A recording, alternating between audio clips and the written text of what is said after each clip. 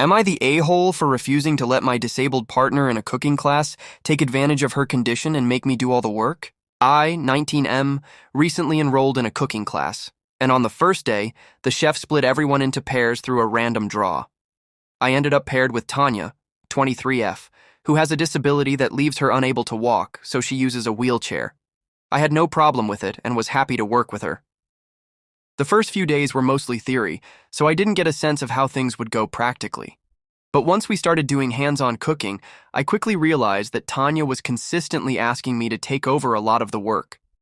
She'd insist on doing the more complex tasks, mixing, chopping, etc., but then she'd mess up or struggle. When the results weren't great, she'd explain it by saying that it was hard for her to mix or stand for long periods, and I'd need to be patient. At first, I was understanding and tried to help out, but it became clear that she wasn't interested in splitting the work evenly. She'd take the critical tasks, even though they were too difficult for her to do well, and then I'd have to clean up the mess. She didn't want me to assist with the prep work, because she didn't want to look like she couldn't keep up with the class. The problem was that I wasn't learning anything.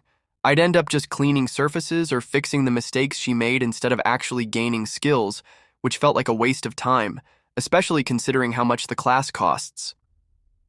To make things worse, the chef, who was standing right next to us, was praising her for how great she was doing, even though the results were subpar. He'd always tell her how well she was managing given her condition, which just reinforced her belief that she was doing fine and didn't need to improve. Eventually, I had enough. I went to the chef and explained my frustration, asking if it would be possible to work alone since I wasn't getting any value out of the class. The chef said it would be wrong to separate us just because of her disability and that I shouldn't treat her differently. Still, I insisted, and he reluctantly agreed to let me work solo. Now, Tanya feels like I abandoned her because of her disability, and a lot of the class has been giving me weird looks.